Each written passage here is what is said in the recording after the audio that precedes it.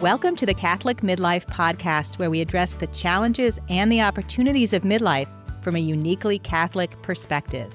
This is the time, my friends, for a deeper renewal of your Christian vocation.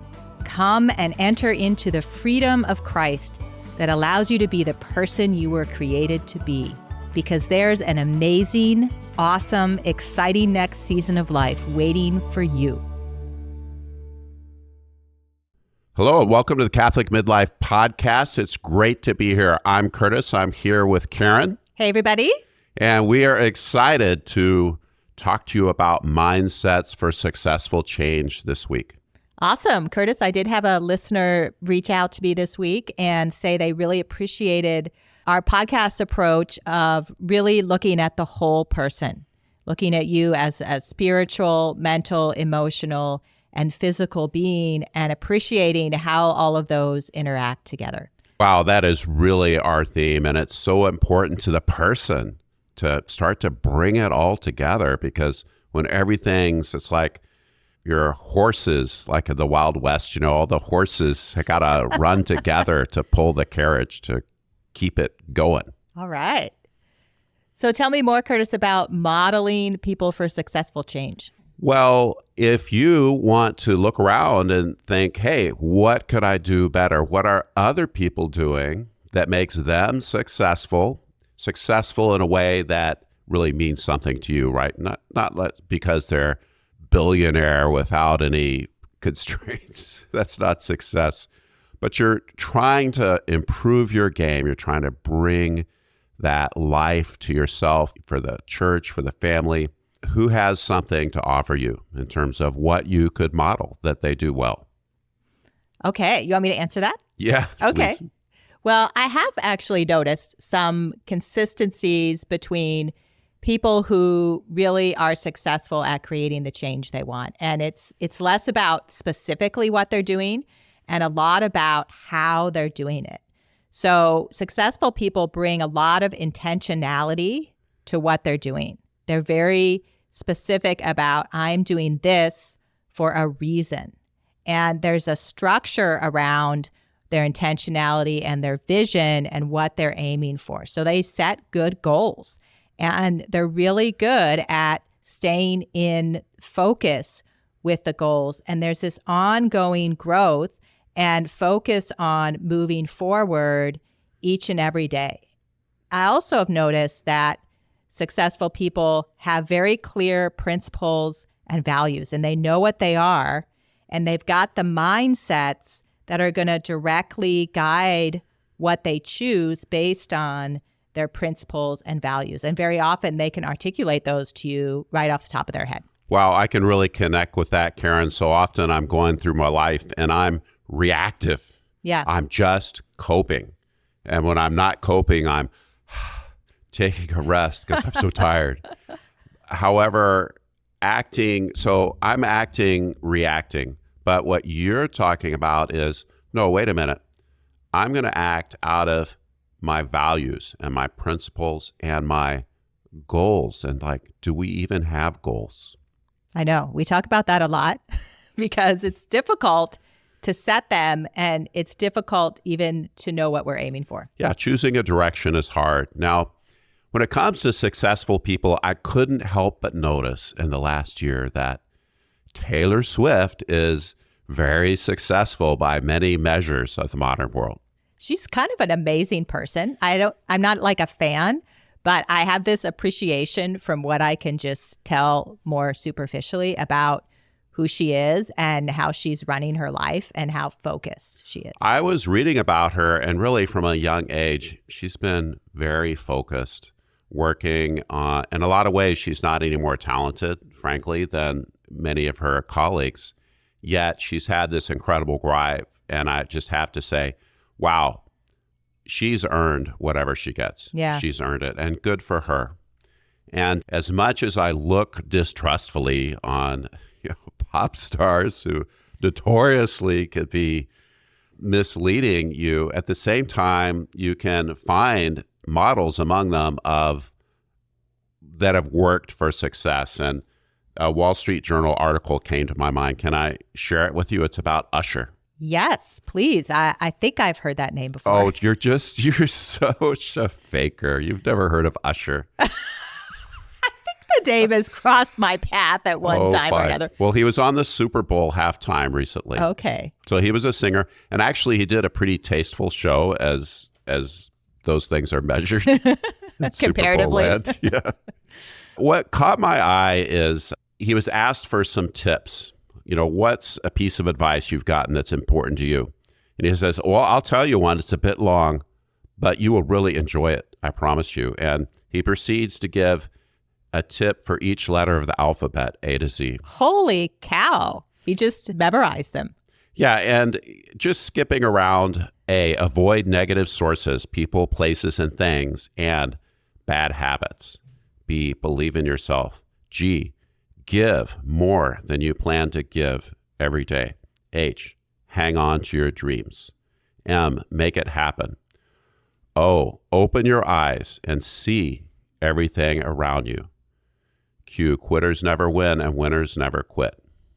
I don't think he made that one up, but I think he did try to embody it.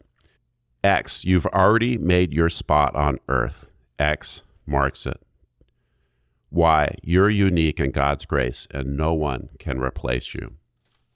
I'm really impressed by that list, Curtis. And I think sometimes as Catholics, we really understandably, we're looking to the saints and holy people to be models of success for us. And sometimes we disregard looking at other models of success and really seeing what is it we can learn from how they're doing what they're doing. We may have a totally different list like that than someone like Usher has. We may have some overlap, and there's things probably that people like that are doing that we can apply to what it is we're focused on as Christians. Well, that list, it's kind of granular. It's chunked down a little bit from, work hard and do the right thing. He has a bunch of lessons, apparently, that he's learned and advice he's taken, and he's keeping it in his mind to propel him forward. And I noticed that it spans these different categories, like our listener flag for us. It spans the spiritual. Where is he getting his spiritual energy that aligns everything? And the mental and the emotion and even the physical. There's other tips in there about how he does his health and fitness. Okay. So some of them are mindsets, I think, that he's integrated into his life and has decided this is how I'm going to look at things, and it's going to make a difference for me. That's right. Okay. I think today we would like to share with our listeners some mindsets that successful people have been shown to have. We don't have time to go over all of them, but we're going to pick out a few that we'd like you to consider adopting yourself, because they're going to help you as you enter into making the changes you want in your life and reaching those goals. Yeah, consider these and consider how they might be useful to help you show up for yourself, for your family, for the things you believe in our lives together. All right. You want to give us one, Curtis? Start us off. People are not their behaviors. Behaviors can change. Karen, you are not your behavior. That person over there, they are not their behavior. They are more than that. Okay. So if I really want to be successful at changing my behavior, and I like this mindset for this reason, I actually have to not identify myself with the behavior. I have to realize this is something I'm doing, and if I choose, I can change what I'm doing, but it doesn't define me, that behavior. When I label myself as I am lazy or he is lazy, that's really not helpful, because I'm mistaking this behavior that I obviously don't like with the person. But the person is more than that laziness or alleged. Okay, so maybe if I notice I'm labeling myself in a certain area, I want to shift that mindset so that I can change more easily what that is. So instead of saying, I can't get my act together and get up in the morning, it's more like I notice the behavior. instead of getting up at X time, which I would like to do, I'm getting up at Y time. And then I can start to investigate what's behind the behavior, what's motivating the behavior, and what the circumstances are that would need to change so that I could change that behavior if I so choose. Well, that's right. And your behavior can change. And guess what? That means if there's some behavior that can change, then you're responsible for it if it's your behavior. So that's one big takeaway right there. So it's both I am not by behavior and I am responsible for my behaviors. Absolutely. And changing behavior, it's not as simple as just making a resolution or I'm going to use my intellect and will in combination to make a choice to change my very complicated behavior. We know it's not that simple. And so you have to kind of go back up the change of causation to change perhaps who you are or habits that support the behavior. At the same time, if the behavior isn't changing, then whatever else is going on, it doesn't really matter that much if your behavior is not changing. I really appreciate actually a lot of behavior science, which kind of breaks down what's behind our behaviors and what it takes to change behavior and really design behaviors for your life. And I think we tend to overlook the nuances in this area of life and not appreciate all of the multitude of factors that go into a behavior. Well, that's right. And really, that's one reason we have this podcast is to keep kind of massaging all these variables that go into being the person that you really want to be. And behavior change is something we talk about a lot. And yes, it's not quite that simple. So last week, we did go through the 4 keys to making a change, the 4 things that have to happen. And right now, what we're highlighting is where your mindset has to be able to really move through those different keys and things in a successful way. And if you believe that, well, I'm just XYZ, you're going to get stuck and not be as successful. And if you really don't believe that you have the responsibility and the power to make the changes you want, then that's also going to be an obstacle to being successful in your change. Yeah, that's right, Karen. All of this really touches on one of the most critical mindsets, this mindset that we need to have if we're going to be empowered, if we're going to be the people that are able to use the spiritual graces that we received. And that is, I am at cause. It's me. And it's up to me to make the good choices that are going to improve the situation.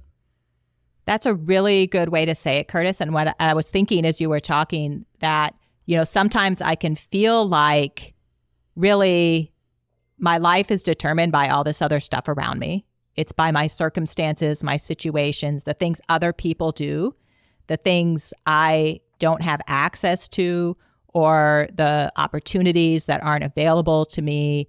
And if I'm approaching life with the mindset that I'm at the mercy of everything else around me, then I won't be successful in my change. I really need to have the mindset that I'm the one at cause for my life. And I am empowered to make the changes that I want. And with some persistence and some attention and some focus, I'm not under all of these circumstances that are in my life. And that can be a very difficult shift to make, but I want to highlight it because every little bit that we can get from feeling at the mercy of life to being at the cause of life is going to support you, is going to shift your results, is going to get you more of what you're looking for. That reminds me of how we like to talk about moving from fear energy to confidence energy. Oh, yeah. Just one of many examples of instead of being under the circumstances, we're putting ourselves in the driver's seat and saying, okay, where can I go? It's up to me. What can I do now? Curtis, I would say when it comes to coaching, and I know it can be a little vague concept to many people, this is ultimately what we're trying to help people do. We're trying to help people get from being at the mercy of their circumstances to being at cause for their life. And this is part of this is what allows the Holy Spirit to empower your life and move through you to create the life that God intends for you to have. And so as a coach, we're using all of the tools, techniques, whatever we have to help people get from fear energy to confidence energy, from victim to cause. It's really hard to trust in God and to live the life that He has in mind for you when you just lack the confidence or you lack the energy or the interest. You don't think it's possible. But when we learn that it is possible to do many things with God, it's surprising what we can do because He is on our side. Yet learning to trust Him, boy, that is hard. And that's really been my journey in the last few years is I realized I was working with these people that had a lot of trust in God. They weren't Christians, by the way. They all trusted the universe, which was crazy. But I realized, wow, they trust in God's providence much more than I do. And it was a big eye-opener. And receiving God's grace includes stepping out and stepping up and starts with being at cause, and that is empowerment. Curtis, I love the way you were able to model successful people and apply it to your own life and your own value system and your own belief system, but take what you saw that was so positive and model worthy and bring it into your own worldview in a positive way. It took a lot of focus. It took a lot of support too, Karen, especially from you and from people around me that had some confidence in my potential. And this brings us to another point, is that human beings are so incredibly resourceful. They are so resourceful. And when they have the confidence and the drive to engage all of their resources, all of a sudden, much more happens than they would have thought possible. And we have the resources we need to take the next step. So that's another mindset that successful people have is, I have all the resources I need to achieve what it is I meant to achieve.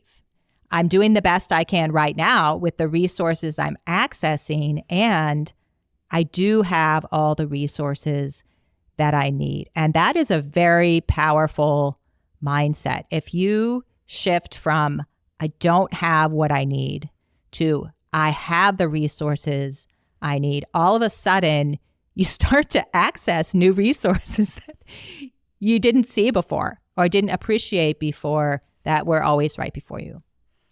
It's something that comes up so often in modeling successful people, and you can read about Henry Ford and those guys he hung out with. Was he the guy who said, whether you think you can or think you can't, you're right? Yeah. Okay. Yeah, he said that's what I remember him for. And it really does come up a lot, and it's a challenging on a lot of levels to have that mindset, because guess what? It puts us at cause. Mm-hmm. And that's really, it is exciting to realize, okay, I have a lot of great choices and I can do a lot. Yeah, it makes me think of the scripture that's very close to my own heart. My yoke is easy, my burdens are light. Because when we truly receive what we need from the Lord and we access all those resources, we can start to realize, in the Lord, the things that I'm really being asked to do are not the burdens I'm perceiving them as.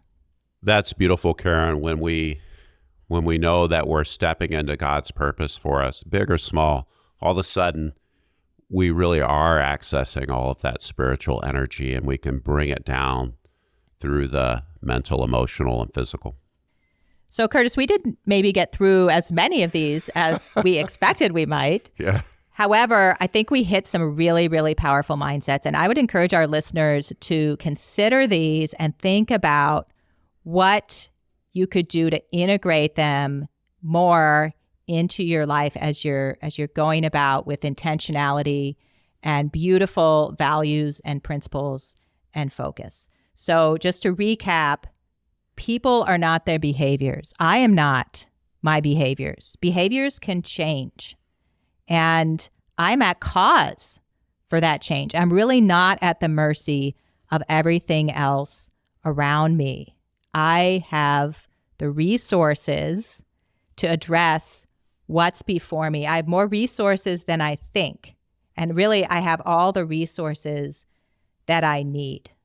And as I access my resources, I can tap into the power of the Holy Spirit, and I can allow that spiritual power really to transform my mental, my emotional, and my physical life.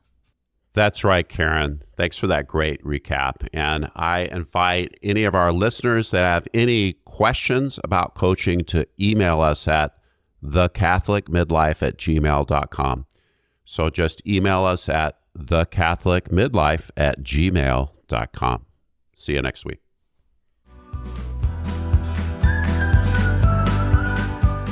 Thanks for being here with us. The Catholic Midlife Podcast is for anyone that wants to receive the abundance of life that God has for each one of us.